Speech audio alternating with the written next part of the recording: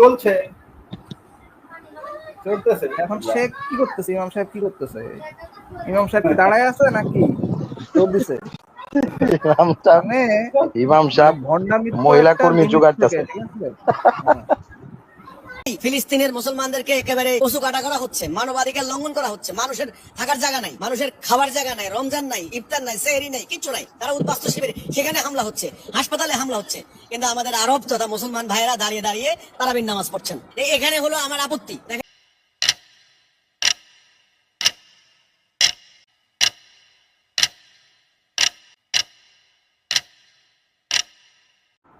মত নিয়ে আজকে শুধু সেলিম না, এই যে ফিতনাটা শুধু সেলিমের মধ্যে যে সীমাবদ্ধ এরকম নয়।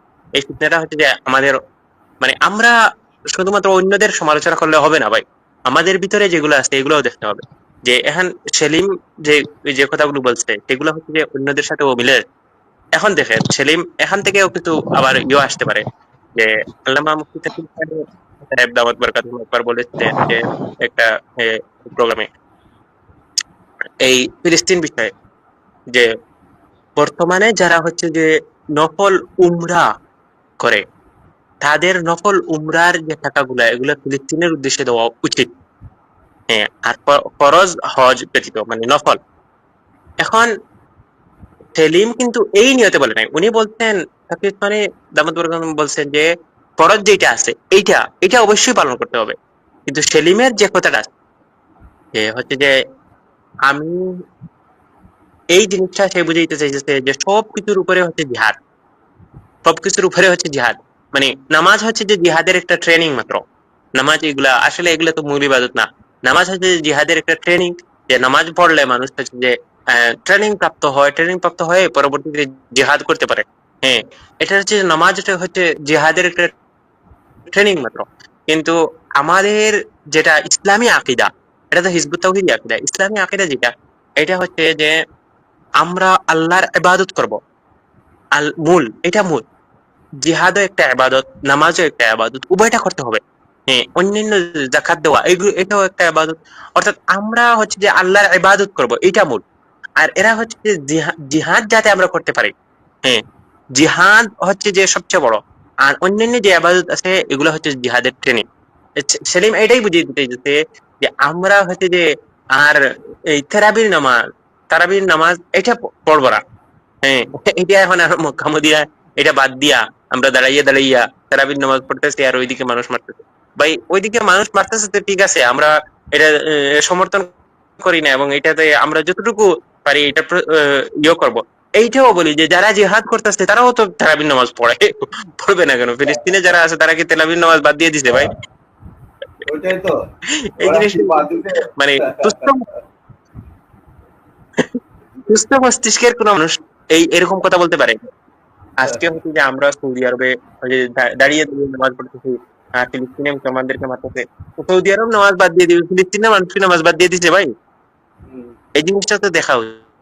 মানে এরা কিরকম পাগলামি ভাই, এদের পাগলামি ছাড়া মানে আর কোনো কিছু মনে আসে না। মানে কিভাবে খালি মুসলিমদের সমালোচনা করা যায়, কিভাবে খালি সমালোচনা করা যায়, মানে এই জিনিসটাই নিয়ে সারাদিন এরা আছে। কোন দিন যে এরা কাফিরের বিপক্ষে জিহাদ শুরু করবে আল্লাহই জানে। আচ্ছা, আমরা একটু শেষে ভাই কাছে যাই। শেষে ভাই আসসালামু আলাইকুম, বলেন শেষে ভাই। ওয়ালাইকুম আসসালাম ওয়া রাহমাতুল্লাহি ওয়া বারাকাতুহু। তাহলে আচ্ছা, কি নিয়ে সমস্যা পেঁচটা লাগছে, কি নিয়ে যে সেলিম কি কইছে যে হচ্ছে ওই আচ্ছা ভিডিওটা শোনাই আরেকবার। আচ্ছা, ভিডিওটা প্লে করো। সেখানে হচ্ছে আমরা তারাবির নামাজ পড়তে গেলাম, কাবার সামনে কয়েকশো মাইল দূরেই ফিলিস্তিনের মুসলমানদেরকে একেবারে পশু কাটা করা হচ্ছে, মানবাধিকার লঙ্ঘন করা হচ্ছে, মানুষের থাকার জায়গা নাই, মানুষের খাবার জায়গা নাই, রমজান নাই, ইফতার নাই, সেহরি নাই, কিছু নাই। তারা উদ্বাস্তু শিবিরে, সেখানে হামলা হচ্ছে, হাসপাতালে হামলা হচ্ছে, কিন্তু আমাদের আরব তথা মুসলমান ভাইয়েরা দাঁড়িয়ে দাঁড়িয়ে তারাবির নামাজ পড়ছেন। এখানে হলো আমার আপত্তি। দেখেন কাবা শরীফের 3.5 কিলোমিটার রমজানের তারাবির নামাজ। আচ্ছা, তার এখানে বিশাল আপত্তি, ঠিক আছে। এখন সে কি মায়ানমার উদ্দেশ্যে রওনা দিছে? সে সৌদি আরবের কয়েকশো মাইল দূরে ফিলিস্তিনিদের মারতেছে, এখানে নামাজ কালাম বাদ দিয়ে ফিলিস্তিনিদের জন্য কি করা লাগবে? ওইদিকে যাইতে হবে, তাই তো? তার বক্তব্য তো নিশ্চয়ই এটা যে সে ওইদিকে দৌড় দিয়ে যাইতে হবে যাতে ফিলিস্তিনের লোকজনের না মারে, ফিলিস্তিনের সাহায্য করার জন্য দৌড়াইতে হবে, ঠিক না? এক্স্যাক্টলি। তো তার কয়েকশো মাইল দূরে তো রোহিঙ্গা মুসলিমদের মারা হচ্ছে, সে এখানে বাংলাদেশে দাঁড়ায় আছে কেন? ভারতে মারা হচ্ছে। ভারত পরে ভাই, রোহিঙ্গায় তো এরকম ওই যে সে যা বললো, হাসপাতাল পোড়ায় দেওয়া হচ্ছে, শিশুদের মারা হচ্ছে, সবই তো করা হচ্ছে। আর কারণ আর্মিরা তো এটা করতেছে, এবং ওইটা তারও কয়েকশো মাইল দূরে, ঢাকা থেকে 600 মাইল দূর সর্বোচ্চ। কি একটা তো অবস্থা। এখন এই ইমাম সাহেব কি রওনা দিছে? কোনো খবর আছে কিনা এই বিষয়ে? হ্যাঁ, এই যে ইমাম না, সাহেব কোনো যে খবর নাই। আছে কোনো আছে, খবর নাই। খবর আছে। এই যে বাংলাদেশের ফ্যাসিস্ট সরকারের বিরুদ্ধে বিগত 15 বছরে সে কি বলছে? না ভাই, সে ফ্যাসিস্ট সরকার বাদ দেন আপনি, যে ও যেটা বলতেছে যে এই যে মুসলমানদের মারা হচ্ছে, মানবাধিকার লঙ্ঘন হচ্ছে, হসপিটালে আগুন ধরায় দেওয়া হচ্ছে, এগুলা তো আরাকানে হচ্ছে না? হুম, এ তো এখনো হচ্ছে, এই বর্তমানেও হচ্ছে, তাই না? হ্যাঁ, চলতেছে। এখন সে কি করতেছে? ইমাম সাহেব কি করতেছে? ইমাম সাহেব কি দাঁড়ায় আছে নাকি দৌড় দিছে?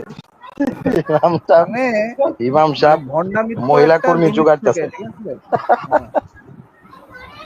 মানে সারা ফিলিস্তিনিদের মারতেছে, ওই সময় নামাজ পড়া যাবে না, কিন্তু ওই রাস্তায় রাস্তায় মহিলা নামায়া বই পত্রিকা বিক্রি করা যাবে ফেরেশতাদের। পেপার বেচা করা যাবে, ওটা তখন সমস্যা কোনো না। সমস্যা নেই, এখানে কোনো সমস্যা নেই। তারপরে উনি পাঞ্জাবি টুপি মাথায় দিয়া এই সাংবাদিকের সামনে ভাষণ দিলে সমস্যা নাই, নামাজ না। পড়লে যত সমস্যা। সমস্যা, কি একটা অবস্থা।